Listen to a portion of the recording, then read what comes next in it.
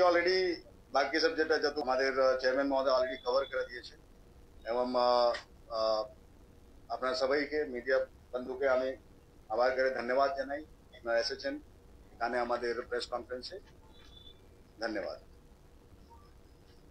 স্কিলের বিষয়টা বলা হয়েছে বর্তমান সময়ে ইন্ডাস্ট্রি যারা চালাচ্ছে ওদের স্কিল লেভেলের উপরে একটু সমস্যা হচ্ছে।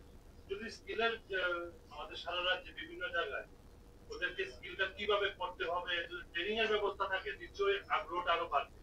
সেদিকে আপনার কোনো দেখুন আমি বলছি আমি যখন প্রেস কনফারেন্সে বলছিলাম যে শুধু স্কিল লেবার না আনস্কিল লেবারও একটু শর্টেজ হচ্ছে, কারণ আপনারা দেখবেন যে রাজ্য তো একদিনে পরিবর্তন হওয়া সম্ভব না। 7 বছর আগে একটা কনসেপ্ট ছিল কি শুধুমাত্র গভর্নমেন্ট চাকরি তার স্বরোজগারের ব্যবস্থা করবে। নতুন সরকার আসার পর থেকে একটা উদ্যম হয়েছে কি যুবদের মধ্যে যে আমি কিছু একটা করি এবং আমি আরো 10টা ভাই বন্ধুদেরকে তার স্বরোজগারের ব্যবস্থাপনা কাজটা করি। এটা 7 বছর হয়েছে শুরুয়াত হয়েছে এই কনসেপ্টটা, এবং দীর্ঘদিনের যে কনসেপ্টটা পরিবর্তন কিন্তু 7 বছরে করা সম্ভব না। এবং আপনারা দেখবেন বিশেষ করে গ্রাজুয়েশন কমপ্লিট করার পরে 20-21 বছর থেকে 30-32 বছর অব্দি যারা যুব ভাই বোনরা তারা এখনো একটা বড় পার্সেন্টেজ আছে যারা ওয়েট করে থাকে কি যে সরকারি চাকরি হবে, আমি এক্সাম দিচ্ছি, আমি গভর্নমেন্ট চাকরিটা আমার হয়ে যাবে, তার জন্য 10 বছর সে কোনো কাজই করছে না।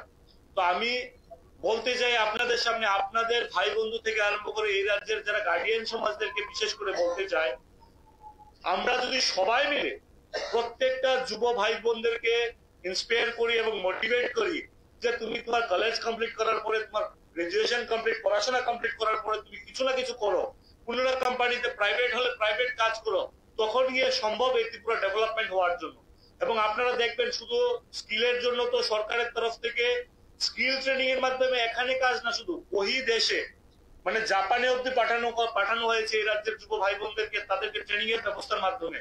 এবং আপনারা জানেন কিছুদিন আগে ইন্ডাস্ট্রি ডিপার্টমেন্টের তরফ থেকে প্রায় 100 জন ছেলে মেয়েদেরকে সম্পূর্ণ বিনামূল্যে কলকাতায় পাঠানো হয়েছে হোটেল ম্যানেজমেন্ট পড়ানোর জন্য। কারণ আপনারা জানেন যে এই রাজ্যের মধ্যে বিভিন্ন হোটেল 5 স্টার হোটেল থেকে আরম্ভ করে 3 স্টার হোটেল আসছে এবং তাদের যে এমপ্লয়ি সেটাও দেখা যাচ্ছে 50% বাইরে থেকে আসছে।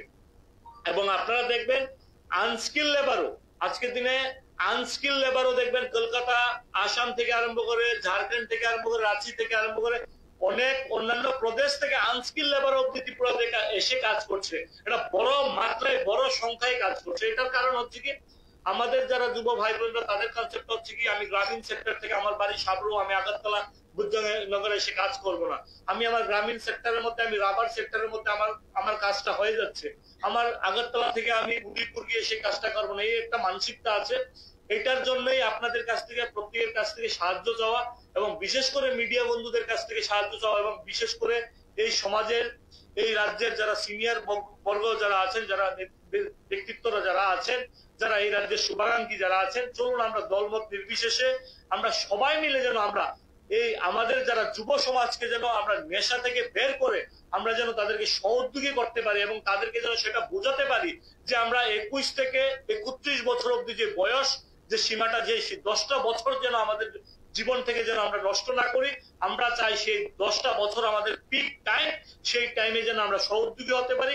প্রাইভেট হলে প্রাইভেট, গভর্নমেন্টের যে কোনো স্কিম হলে সেই স্কিমের মধ্যে যেন আমরা ডেভেলপমেন্ট করতে পারি। আজকের দিনে প্রত্যেকটা অফিসিয়ালস আমার সম্পূর্ণ বিশ্বাস প্রত্যেকটা দপ্তরে ট্যুরিজম হোক, এডুকেশন হোক, যে দপ্তরে, কারণ আপনারা প্রত্যেকেই জানেন এই রাজ্যের মধ্যে সার্ভিস সেক্টরও ইন্ডাস্ট্রি ডিপার্টমেন্টের সাথে একসাথে করা হয়েছে। কারণ সার্ভিস সেক্টর, কারণ আমাদের রাজ্যের মধ্যে যেহেতু র মেটেরিয়ালস শর্টেজ আছে তার জন্য সার্ভিস সেক্টর এডুকেশন ডিপার্টমেন্টই হোক, এটা হোটেল ম্যানেজমেন্ট ট্যুরিজমই হোক না কেন, সেটা হসপিটালিটি হোক না কেন, সেটা সম্পূর্ণটাকে একসাথে জোর করে সেটা কাজ করা হচ্ছে। আমি চাচ্ছি এই রাজ্যের যুবরা যেন একদিনও যেন বসে না থাকে ঘরে, কিছু না কিছু যেন করার জন্য। এবং আমি প্রত্যেকটা যুব ভাই বোনদেরকে রাজ্য সরকারের তরফ থেকে এনশিওর করা হচ্ছে যে তারা যদি কিছু করতে চায়, কেউ যদি কিছু করতে চায়, কোনো ব্যাংক যদি বাধা সৃষ্টি করে, কোনো অফিসিয়াল যদি বাধা সৃষ্টি করে, আমি তার পাশে দাঁড়াবো এবং দপ্তর তার পাশে দাঁড়াবে। এবং আমরা চাই সে যেন কিছু না কিছু করে এবং তার মাধ্যমে যেন আরো হাজারটা লাখো যেন কর্মসংস্থান সেই যেন হয় এবং তাদের মাধ্যমে রাজ্য সরকার বারবার প্রত্যেকটা মানুষকে স্কিলের মাধ্যমে হোক না কেন, এবং শুধুমাত্র স্কিল ডিপার্টমেন্টে যে স্কিলিং ট্রেনিং করানো হচ্ছে তেমন না, ট্রাইবাল ওয়েলফেয়ার তরফ থেকে করা হচ্ছে, বিভিন্ন দপ্তর থেকে করানো হচ্ছে, এবং আমরা চাচ্ছি এগ্রিকালচার ডিপার্টমেন্টের তরফ থেকে করা হচ্ছে। আমরা চাচ্ছি প্রত্যেকটা সেক্টরে যদি এই রাজ্যে ডেভেলপমেন্ট হয়, তখনই এই রাজ্য সরকার, এই রাজ্যটা অনেকটা ডেভেলপমেন্ট হবে। এবং আমরা চাই সবাইকে নিয়ে, কোন জায়গায় বিরোধিতা না করে, সবাইকে সঙ্গে করে নিয়ে যেন আমরা শুধু রাজ্যের ডেভেলপমেন্টের ক্ষেত্রে যেন আমরা প্রত্যেকটা মানুষ পার্টির ঊর্ধ্বে উঠে যেন আমরা সবাই মিলে যেন সেই কাজটা করি, সেই দিশায় যেন আমরা কাজটা করতে চাই। স্যার, একটা বিষয় বলবেন যে ল্যান্ডলর্ড যেটা ল্যান্ডের যে ব্যবস্থাটা করা হয়েছে, যদি অনলাইন বাইরে থেকে, যেমন কেউ যদি দিল্লি থেকে এখানে কোনো ফ্যাক্টরি লাগাতে চায়, যদি এখানে ল্যান্ডটা যদি আমি অনলাইনে দেখতে উচিত হয়, পরে এতটুকু এত একটা জমি আছে, দেখে নিশ্চয় তার আগ্রহ পাবে যে এই জায়গায় করতে পারবো। তার পাশে যে আমি মেটেরিয়ালসটা চাই, ওই মেটেরিয়ালসটা ওই জায়গায় আছে কিনা, যদি ওনার যেটা ট্রান্সপোর্টিং এর ব্যবস্থাটা কি রকম সুবিধা আছে কিনা ওটা জানতে পারে, নিশ্চয়ই আরো উদ্যোগটা বাড়বে ত্রিপুরায় শিল্প। ওটাই উদ্দেশ্য হচ্ছে। প্রথমে যেটা চেয়ারম্যান সাহেব বলেছেন ওর সঙ্গে আমি একটা আর জিনিস বলে দেবো। স্কিল্ড ওয়ার্কার জন্য যে রাজ্য সরকার 2023 বছরে একটা নতুন স্কিম চালু করেছে, মুখ্যমন্ত্রী দক্ষতা উন্নয়ন প্রকল্প। এখন 2 বছর মধ্যে 10,000 লোককে ট্রেনিং দেওয়া হয়েছে। এখানে যে মডেল হচ্ছে ওটা হচ্ছে রিক্রুট, ট্রেন, ডিপ্লয়। মানে প্রথমে যে কারখানা যতগুলি শিল্প আছে ওরা আগে ওরাকে রিক্রুট করে নেবে, তারপরে অন দ্য জব ট্রেনিং যেটা হবে ওই ট্রেনিং এর কস্ট রাজ্য সরকার, আর এটা 50 কোটি টাকা স্টেট বাজেট থেকে 5 বছর জন্য দেওয়া হচ্ছে। ওখানে ওখানে যখন এখন ট্রেনিং হচ্ছে ওটা ভালো হচ্ছে, তারপরে যখন ট্রেনিং হয়ে যায় তারপর ওরাকে ওটা স্যালারি और डिप्लॉयमेंट अप्रेंटिस भावे होते पारे, इंटर्नशिप भावे होते पारे ना एम्प्लॉय भावे होते पारे। और रिसेंटली এই গত মাসে কেন্দ্র সরকার একটা নতুন স্কিম কেন্দ্র সরকার মন্ত্রী সভা দিয়েছে ডিসিশন, যেটা হচ্ছে prime minister employers incentive scheme. মানে যারা যখন এমপ্লয় করবো, যারা এমপ্লয় করবে, যে এমপ্লয়ার থাকবো, ওরাদেরকে ইনসেন্টিভ দেওয়া হচ্ছে। যদি আপনি নতুন লোকে এমপ্লয় করেন যার স্যালারি 1 লাখ থেকে কম, ওনাদের জন্য প্রত্যেক মাসে 3,000 কেন্দ্র সরকার দিবে 5 বছর জন্য। 5 বছর ওরাকে রাখতে পারেন, ওর salary some part will be paid by central government. এই স্কিমের জন্য আমরা যতগুলি এখানে শিল্পতে হচ্ছে ওনাদের সঙ্গে মিটিং করে ওনাকে বুঝাই দিয়েছি, এটা অলরেডি ইমপ্লিমেন্ট হচ্ছে। তারপরে যে ল্যান্ডের কথা বলছেন, দ্যাট ইজ আওয়ার প্ল্যান। এখন কি হচ্ছে, এখন আমাদেরকে যদি জানতে লাগে যে কোন জায়গায় এক্সাক্ট লোকেশন কোন ল্যান্ড আছে, তো আমাদের 2-3টা স্টাফ আছে, ওরাই বোঝায় নিয়ে ম্যাপ আছে। যখন এটা অনলাইন হয়ে যাবে কমপ্লিট জিআইএস ম্যাপ, তো ওটাকে বাইরে বসে কোনো জায়গা থেকে কেউ দেখতে পারে কি কোথায় ল্যান্ড আছে, ভ্যাকেন্ট আছে কিনা, ওই ল্যান্ডের ক্যারেক্টারিস্টিক কি, মানে টিলা না লুঙ্গা না জল ওখানে জমা আছে, সমস্ত না সির্ফ ওরা দেখতেই পারবে, ওখান থেকে অ্যাপ্লাই করতে পারবে। আর রোডের কাছে কত সাইজের ওরাকে ল্যান্ড লাগে ওটা আমরা প্লটিং করে দেবো 0.1 একর ইচ। যদি ওরাকে 1 একর লাগে ওরা 0.1 into 10 10টা নিয়ে নেবে, ওখানেই অ্যাপ্লাই করবো, ওখানেই ওরা টাকা দিব, অনলাইন ট্রানজাকশন এবং অ্যালটমেন্ট অর্ডার ওখানে বসে, দিল্লি বসে, সিঙ্গাপুর বসে ওরা নিতে পারবে। এই সুবিধা আমরা করতে চাইছি, আর এটা আগামী 1 বছরের মধ্যে হয়ে যাবে। ওটার জন্য প্রসেসিং চলছে। This will be completely transparent এবং কনভিনিয়েন্ট টু পিপল। আদারওয়াইজ এখন যেটা হচ্ছে there is some lack of data, that is the problem. So we will collect data by GIS mapping, that is satellite, drone এবং physical survey, तीनों combine कर, তারপর এটা full proof system, সবার complete data থাকবে আর অনলাইনে অ্যাভেলেবল। আপনাকে একটা প্রশ্ন, আপনি দায়িত্ব নেওয়ার পর এখন অব্দি কটা ইন্ডাস্ট্রিয়াল নতুন এসেছে এবং কয়টা ইন্ডাস্ট্রিয়াল যেটা লুপ্ত হয়ে গেছিল আপনি আসার পরে এটাকে আপনার দেখুন, অলরেডি আপনারা জানেন, আমি বলছিলাম আপনাদেরকে, বলছি আমি টোটাল 23-24-এ 28 জনকে আমরা ইন্ডাস্ট্রিয়াল এরিয়ার মধ্যে অ্যালটমেন্ট দেওয়া হয়েছে এবং 24-25-এ 39 মানে 39 জনকে আমরা নতুন করে জায়গার ব্যবস্থাপনা আমরা করা হয়েছে। এবং আপনাদের মনে রাখতে হবে সেই সংখ্যাটা শুধুমাত্র ইন্ডাস্ট্রিয়াল স্টেটের সংখ্যা, এবং সারা রাজ্যের মধ্যে যাদের নিজেদের জমি আছে তারা সেই নিজেদের জমির মধ্যে তারা সেই ফ্যাক্টরি স্টার্ট করছে এবং রেন্টে নিয়েও, প্রাইভেট রেন্টে নিয়েও সেটা কাজ করছে। কিন্তু আমাদের ইন্ডাস্ট্রিয়াল এস্টেটের মধ্যে 23-24-এ হচ্ছে 28 জনকে আর 24-25-এ হচ্ছে 39 জনকে আমরা ল্যান্ড অ্যালটমেন্ট দেওয়া হয়েছে।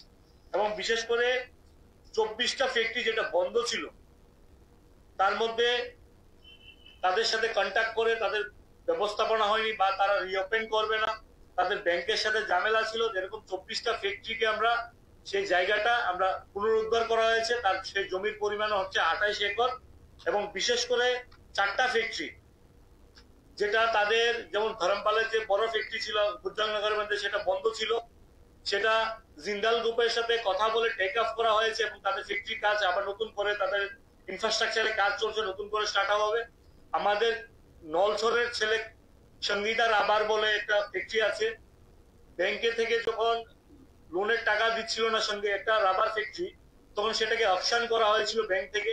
তো ত্রিপুরারই ছেলে সেই অকশনে পার্টিসিপেশন করে সেই ফ্যাক্টরিটাকে নতুন করে স্টার্ট আপ করা হয়েছে। এবং এছাড়াও আরো 2-3টা ফ্যাক্টরি যেটা বন্ধ ছিল, এটা অন্যরা টেক অফ করে সেটাকে নতুন করে স্টার্ট করেছিল। এবং সেই যে কনসেপ্টটা আগে কখনো ছিল না, যে একটা বন্ধ ফ্যাক্টরি পড়ে আছে সেটাকে কিভাবে ক্যান্সেলেশন করবো, আমরা ক্যান্সেলেশন করবো না করবো। আমরা বড় বড় ফ্যাক্টরির ক্ষেত্রে আমরা দেখিনি সেটা বন্ধ, কার ফ্যাক্টরি আছে না আছে, যেটা বন্ধ আছে অনেকদিন ধরে সেটা বন্ধ করেছি। এর মধ্যে 29 জনকে আমরা ক্যান্সেলেশনের নোটিশ আরো দেওয়া হয়েছে, যাদের মধ্যে আপনারা জানেন উইন উইন বিস্কিট বলে একটা কোম্পানি ছিল, বুজ্জনগরে বন্ধ হয়ে গিয়েছিল সিটি করে কোম্পানিটার নাম। ওদেরকে যখন ক্যান্সেলেশন নোটিশ দেওয়া হয়েছে তখন কলকাতা থেকে সেই ব্যক্তি আমাদের সাথে যোগাযোগ করা হয়েছে, এবং উনি কি করেছে, পুরানো যত পেন্ডিং ছিল রেন্ট উনি পুরাটা পেমেন্ট করেছে, এবং উনি ইতিমধ্যে আবার আসছে, আবার বলছি নতুন করে নতুন কিছু স্টার্ট আপ করবে নতুন স্কিমের মাধ্যমে। কারণ উনি বলছিল যে আগেকার সময়ে যে ফ্যাক্টরি তো চালাবে দূরের কথা, বুজ্জনগর শুধুমাত্র মাফিয়ার কারখানা ছিল। আজকের দিনে সরকারের তরফ থেকে এবং বিভিন্ন জনপ্রতিনিধিদের তরফ থেকে এবং বিভিন্ন জায়গার মানুষের সাথে সরকারি এমপ্লয়িজদের যেভাবে হেল্প করছে, সেটা আগে কখনো সম্ভব ছিল না। তার জন্য সেই কাজটা আরো বেশি ভাবে নতুন করে কাজ করছে। আপনারা জানেন ডিএস রাবার, সেটা 2016 সালে বন্ধ ছিল, 2019 সালে তাদের আবার নতুন করে স্টার্ট আপ করলো, এবং 2023 সালে সেটা তাদের সেকেন্ড ইউনিট আবার স্টার্ট করছে। এই রাজ্যের মধ্যে প্রথম প্লাই ফ্যাক্টরি স্টার্ট করা হয়েছে, আপনারা জানেন। তো সেই কাজগুলো কন্টিনিউয়াসলি, এবং বিশেষ করে আমাদের টার্গেটটা হচ্ছে কি, প্রবলেমটা কোন জায়গাতে হচ্ছে। আমরা যদি প্রবলেমটা যদি না জানি তাহলে কখনো সলভ করা সম্ভব হবে না। তার জন্যই বলছি, আপনাদের মাধ্যমে যদি কোনো ফ্যাক্টরি মালিক বা কোনো জায়গার যদি কোনো প্রবলেমটা আপনাদের কাছেও যদি অ্যাড্রেসিং করা হয়, সেটা আমাদের কাছেও শেয়ার করতে পারেন। আমরা চাচ্ছি প্রত্যেকটা মানুষকে সঙ্গে করে নিয়ে যেন এই রাজ্যটাকে ডেভেলপমেন্ট করতে পারি।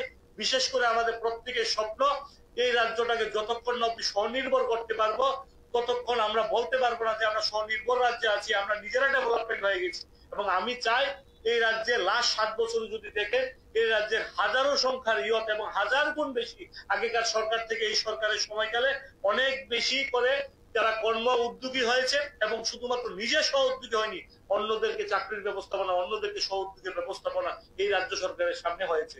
আমরা একটা এক্সাম্পলের সামনে আমরা বলতে পারি, লাস্ট একটা এক্সাম্পল দিয়ে, 17-18-তে যে বাজেট ছিল এই রাজ্য সরকারের, তৎকালীন সময়ে যে রাজ্য সরকারের যে বাজেট ছিল, সেই সংখ্যাটা ছিল মাত্র 14,500 কোটি টাকার বাজেট। আর 7 বছরে ত্রিপুরা কতটা ডেভেলপমেন্ট হয়েছে সেটা আমরা শুধুমাত্র বাজেটের পরিসংখ্যান দিয়ে আমরা বলতে পারছি। প্রায় 32,500 কোটি টাকার বাজেট এই 24-25-এর যে বাজেট, সেই বাজেটে আমরা দেখতে পারলাম। মানে ডাবল থেকে বেশি 7 বছরে রাস্তাঘাট থেকে আরম্ভ করে এগ্রিকালচার থেকে আরম্ভ করে সমস্ত বিষয় নিয়ে ডেভেলপমেন্ট করা হচ্ছে। এবং অনেকটা সময় আমিও যখন এই নিগমে না আসতাম, যখন ছিলাম না, আমি একজন যুবদের জন্য যখন কোনো অর্গানাইজেশন কাজ করতাম, তখন আমার মনে কোশ্চেন ছিল, আমার মনে প্রশ্ন ছিল, সেটা আজকে আপনাদের মনেও আছে, যে এই রাজ্যের মধ্যে বড় ফ্যাক্টরি কেন স্থাপন হয় না। এটা আমাদের প্রত্যেকটা মনে আমরা বলি, আমরা মিডিয়াতে অনেক সময় বলি সেই কথাটা, বড় ফ্যাক্টরি কেন হচ্ছে না, বড় কারখানা কেন হচ্ছে না এই রাজ্যের মধ্যে। আপনারা দেখেন এই রাজ্যের বেসিক র মেটেরিয়াল যদি আমরা দেখি, rubber sector, bamboo sector, agar wood থেকে আমরা করতে, আগর গাছ থেকে আমাদের এখন হচ্ছে, এবং এছাড়া কিন্তু মেজর কোনো র মেটেরিয়ালস কিন্তু আমাদের রাজ্যের মধ্যে কিন্তু নেই। এবং আপনি যদি দেখুন যে আপনাদের মনে হতে পারে এই রাজ্যের মধ্যে বড় টায়ার ফ্যাক্টরি কেন হচ্ছে না, কিন্তু সেটাও আপনাদের বলতে চাই আজকে, আপনারা অনেক অভিজ্ঞ লোক, আপনারা জানেন আমাদের যেমন 50% র মেটেরিয়াল যেমন রাবার লিকুইড থেকে এসে যাবে, রাবার স্ক্র্যাপ থেকে এসে যাবে, 50% কিন্তু কেমিক্যাল রাবার আসতে হবে, বাইরে থেকে নিয়ে আসতে হবে। এবার মনে করুন আপনারা কোনো ফ্যাক্টরি স্টার্ট করতে চান, আপনি টায়ার ফ্যাক্টরি করবেন, আপনার 50% র মেটেরিয়ালস ত্রিপুরা থেকে পেয়ে যাচ্ছে, আর 50% র মেটেরিয়ালস কিন্তু বাইরে থেকে আনতে হবে আবার। তো আবার কি হচ্ছে, ফিনিশ গুডস করার পরে সেই টায়ারটা বানানোর পরে হয়তোবা দেখবেন একটা টায়ার কোম্পানি যদি করে ত্রিপুরাতে 3 থেকে 4% বা ম্যাক্সিমাম 10% মার্কেট হবে ত্রিপুরাতে। আর 90% মার্কেট করতে হবে সেই অন্যান্য স্টেট, অন্যান্য জায়গায় তার আবার পৌঁছাতে হবে। তো সে 50% র মেটেরিয়ালস বাইরে থেকে আনতে হচ্ছে, আবার দেখা যাচ্ছে আবার তার প্রোডাক্ট ফিনিশ গুডস হওয়ার পর তার আবার বাইরে পাঠাতে হচ্ছে। আর সেই জায়গায় দেখবেন কি অন্যান্য প্রদেশের মধ্যে এখানকার যারা অন্যান্য প্রদেশের যারা এখানে এসে লেবাররা, যারা শ্রমিকরা, মজদুররা যারা এখানে এসে কাজ করে, তাদের দেখবেন লেবার কস্টিং অনেকটা কম হয়ে যাচ্ছে অন্যান্য রাজ্যের মধ্যে। সেটাও একটা বড় প্রবলেম, আমি বললাম লেবার অফ শর্টেজ। কারণ জিন্দাল গ্রুপ যখন ধরমপালের গ্রুপকে যখন টেক অফ করলো, এত বড় কোম্পানি যখন টেক অফ করে, যখন তারা 100 কোটি টাকার ইনভেস্ট করে আরো প্ল্যানিং করলো, তারা এসে বলছে, জেনারেল ম্যানেজার এসে বলছে, স্যার আমাদের তো লেবার শর্টেজ হয়ে যাচ্ছে। তার জন্য সেই কথাটা আপনাদের কাছে শেয়ার করলাম। আমাদের কাছে বড় চ্যালেঞ্জ হচ্ছে কি লেবার শর্টেজ। এবং এই রাজ্যের গ্রামীণ অর্থনীতি এত ভালো, যার জন্য দেখবেন সাবরুমের ছেলেটা এসে আগরতলায় বা কুমারঘাট এরিয়াতে এসে কাজ করার জন্য সেটা অনিয়া করছে। এবং আমাদের একটা মাইন্ডসেট দীর্ঘদিন ধরে ব্যবসায়ী যারা আছে এই রাজ্যের মধ্যে, তার মাইন্ডসেট হয়ে গেছে বেচা কিনা, ট্রেড এন্ড সেলিং এর মধ্যে, পারচেজ এবং সেলিং এর মধ্যে তার মাইন্ডসেট হয়ে গেছে। কারণ আমরা দেখলাম কি এটা সহজ প্রক্রিয়া, শুধুমাত্র বিক্রি করা, কেনা বিক্রি, কেনা বিক্রি, ফ্যাক্টরি লাগিয়ে যে কিছু করা যায়, সেই কনসেপ্টটা আরো ধীরে ধীরে করে আগামী দেখবেন 2-4-5 বছরের মধ্যে যে সংখ্যাটা আজকে যে পরিসংখ্যানটা বললাম, তার থেকে ডাবলের থেকে বেশি আগামী 3-4 বছর হয়ে যাবে। কারণ সেটা শুধুমাত্র এই রাজ্য সরকারের সহযোগী এবং মাননীয় প্রফেসর ডক্টর মানিক সাহাজি এবং নরেন্দ্র মোদীর যে নেতৃত্বে সেন্ট্রাল গভর্নমেন্টের সরকার প্রত্যেকদিন নতুন নতুন স্কিম নিয়ে আসছে শুধুমাত্র সহযোগী করার জন্য। একটু আগে আমাদের এমডি বলছিল, যারা এমপ্লয়মেন্ট জেনারেট করবে তাদেরকে অব্দি পয়সা দিচ্ছে। মানে ভাবুন, স্কিল ট্রেনিং এর কনসেপ্টটা পাল্টিয়ে নিচ্ছে। আগে ফ্যাক্টরিতে রাখবে, তাকে স্কিল করানো হবে, তারপর তার প্লেসমেন্টের ব্যবস্থাপনা করে দিতে হবে, সেই ব্যবস্থাপনা করা হচ্ছে। আজকে প্রত্যেকটা সেক্টরে ডেভেলপমেন্ট একসাথে হচ্ছে এবং আগামী 2-4-5 বছরের মধ্যে দেখবেন সেই ডেভেলপমেন্টের রূপরেখাটা আরো বেশি করে এই রাজ্যের মানুষ দেখতে পারবে। এবং আমি বলতে পারি হলফ করে, এই শুধুমাত্র ম্যানুফ্যাকচারিং সেক্টরে না, বিশেষ করে সার্ভিস সেক্টরে একটা বড় সংখ্যায় কর্মসংস্থান এই রাজ্যের মধ্যে হয়েছে। বিশেষ করে সার্ভিস সেক্টর গুলোতে আজকের দিনে ছোট ছোট করে প্রাইভেট হসপিটাল থেকে আরম্ভ করে ছোট ছোট হোটেল থেকে আরম্ভ করে প্রত্যেকটা সেক্টরে কিন্তু কর্মসংস্থান হচ্ছে। এবং রাজ্য সরকার প্রত্যেকটা স্কিমের ক্ষেত্রে প্রত্যেকটা যুব সমাজকে জাগ্রত করছে সেই কাজগুলোর মাধ্যমে। শুধুমাত্র যে ট্রেনিং করানো হচ্ছে স্কিলের মাধ্যমে সেটা না, এই রাজ্যে কতগুলো স্কিম আছে, স্কিম গুলা কিভাবে পেতে পারে প্রত্যেকটা যুব সমাজের কাছে নিয়ে যাওয়া হচ্ছে। কারণ তাদের মাধ্যমে এই রাজ্যের ডেভেলপমেন্ট হবে। আর কিছু থাকলে বলতে পারে না। আমরা প্রেস মিট এখানেই সমাপ্ত করছি। ধন্যবাদ সবাই।